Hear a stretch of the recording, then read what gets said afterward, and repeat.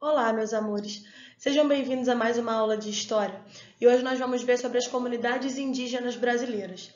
Nós vamos ver sobre essas populações, vamos ver os impactos que a chegada dos portugueses causaram, né, aqui na nossa região, né, na época dos indígenas. Vamos ver a localização, vamos ver sobre as religiões, os rituais e vamos ver também dos problemas em que até hoje, né, atualmente as comunidades indígenas sofrem, né? Então fiquem ligadinhos para a gente entender melhor esse assunto aí. O território que hoje chamamos de Brasil, ele foi ocupado ao longo de muito tempo pelas populações nativas, que depois de um tempo foram chamados de índios, né? Indígenas. Esses grupos indígenas apresentavam grande variedade étnica, linguística e cultural. Alguns historiadores até afirmam que antes da chegada dos europeus aqui na nossa terra, na América, havia aproximadamente 100 milhões de índios no nosso continente. Só em território brasileiro esse número chegava a quase 5 milhões de nativos aproximadamente.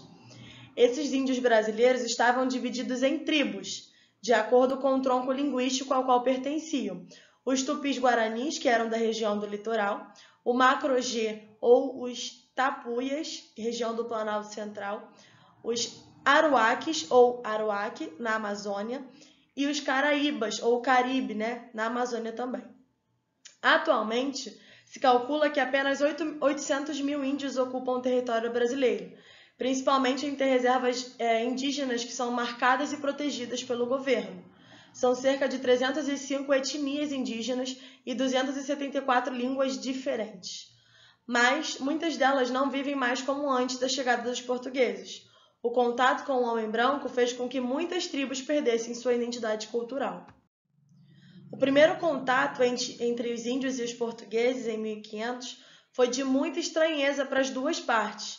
As duas culturas eram muito diferentes e pertenciam a mundos completamente diferentes também. Sabemos muito sobre os índios que viviam naquela época, graças à carta de Pero Vaz de Caminha, né, que era o escrivão da expedição de Pedro Álvares Cabral que chegou aqui no Brasil, e também aos documentos deixados pelos padres jesuítas. Os indígenas que habitavam aqui no Brasil em 1500 viviam da caça, da pesca e da agricultura de milho, amendoim, feijão, abóbora, batata doce e principalmente da mandioca. Essa agricultura era praticada de forma bem rudimentar, porque eles utilizavam a técnica de coivara, que era derrubada de mata e queimada para limpar o solo para o plantio. Os índios domesticavam animais de pequeno porte, como por exemplo o porco do mato e a capivara.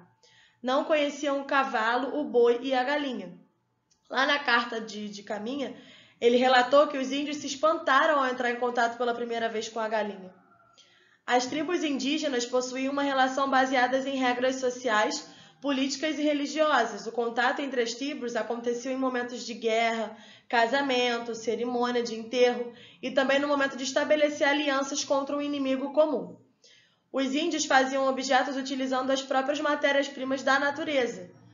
E vale lembrar que o índio ele respeita muito o meio ambiente. Ele retira somente dele o necessário para a sua sobrevivência. Nada mais do que isso. Desta madeira construíam canoas, arcos e flechas e suas habitações, que eram a oca. A palha ela era utilizada para fazer cestos, esteiras, redes e outros objetos. A cerâmica também era muito utilizada para fazer potes, panelas e os utensílios domésticos em geral. Penas e peles de animais serviam para fazer roupa ou até enfeites para as cerimônias que ocorriam lá nas tribos. O urucum era muito utilizado para fazer pinturas no corpo, né, que é um tipo de tinta. Entre os índios, né, os indígenas, não há classes sociais como a do homem branco. Todos têm os mesmos direitos e recebem o mesmo tratamento. A terra, por exemplo, pertence a todos, e quando um índio caça, costuma dividir com os habitantes da sua tribo. Apenas os instrumentos de trabalho, como machado, arco, flecha, arpões, são de propriedade individual. O trabalho na tribo é realizado por todos, porém possui uma divisão por sexo e idade. As mulheres são responsáveis pela comida, crianças, colheita e plantio. Já os homens da tribo ficam encarregados do trabalho mais pesado, da caça, pesca, guerra e derrubada das árvores. A formação social era bastante simples. As aldeias não tinham grandes concentrações populacionais e as atividades eram exercidas de forma coletiva. O índio que caçasse ou pescasse, mais dividia seus alimentos com os outros. A coletividade era uma característica muito marcante entre os índios. Suas cabanas eram divididas entre vários casais e seus filhos, como não havia classes sociais, até mesmo o chefe da tribo dividia sua cabana. Duas figuras muito importantes na organização das tribos são o pajé e o cacique. O pajé é um tipo de sacerdote da tribo, pois conhece todos os rituais e recebe as mensagens dos deuses que são adorados, que são contemplados. Ele também é o curandeiro, pois conhece todos os chás e ervas para curar as doenças. Ele que faz o ritual da pagelança, onde evoca os deuses da floresta e dos ancestrais, para ajudar na cura. O cacique, também importante na vida tribal, faz o papel de chefe, pois ele organiza e orienta os índios. A educação indígena é bem interessante. Os pequenos índios, conhecidos como os curumins, aprendem desde pequenos e de forma prática como se costuma viver nas tribos. Costumam observar o que os adultos fazem e vão treinando desde cedo. Quando o pai vai caçar, por exemplo, ele costuma levar o índiozinho junto para que ele aprenda, Portanto, a educação indígena é bem prática e vinculada à realidade da vida da tribo indígena.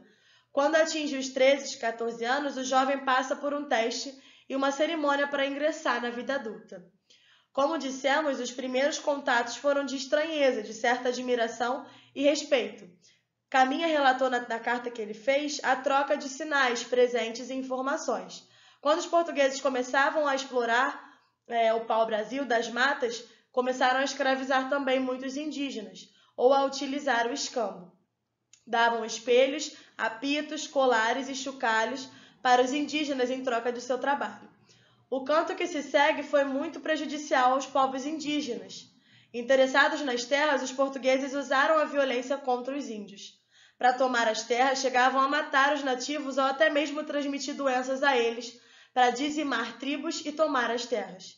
Esse comportamento violento seguiu-se por vários séculos, resultando no pequeno número de índios que temos hoje atualmente. A visão que o europeu tinha a respeito dos índios era eurocêntrica.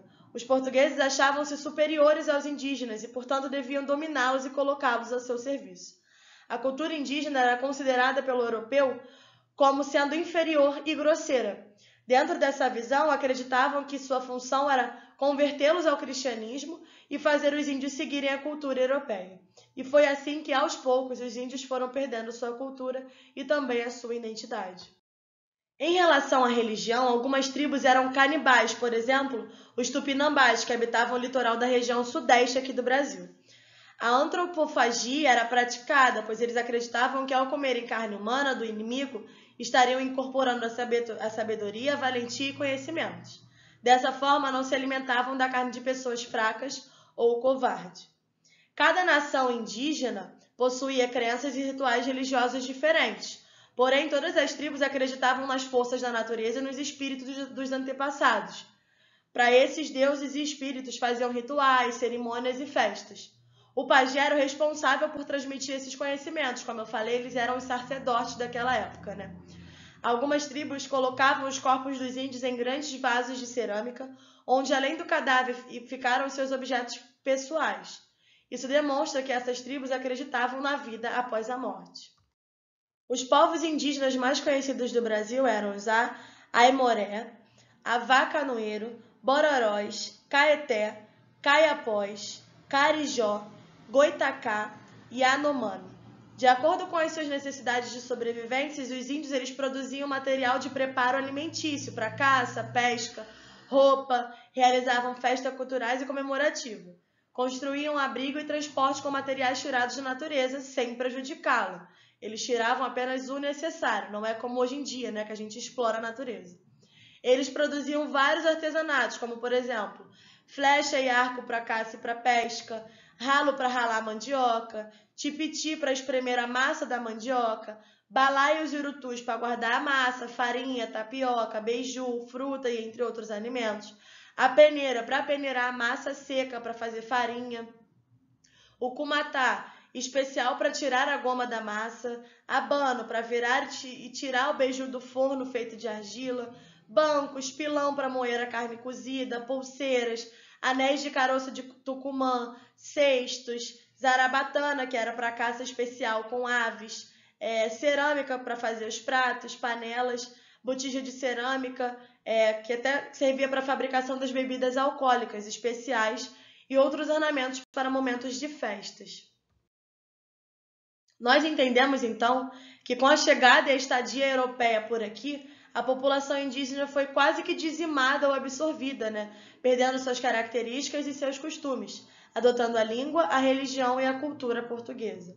Porém, o que nem todos sabem é que ainda hoje há reservas onde os índios ainda vivem à sua maneira em pleno século XXI.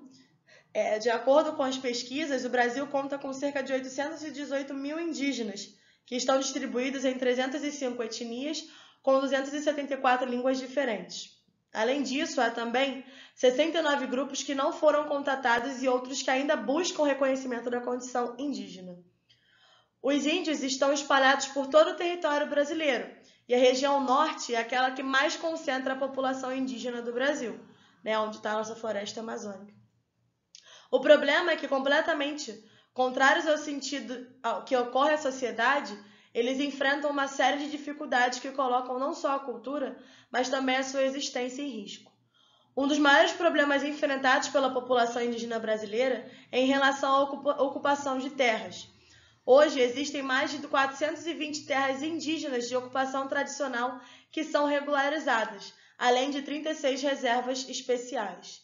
O problema é que, mesmo em terras de ocupação indígena legal e regularizada, há disputas frequentes pelos territórios, principalmente por parte de pessoas que fabricam, que tiram a madeira, ou de indústrias que buscam explorar os recursos daquela região e tentam expulsar os indígenas a qualquer custo.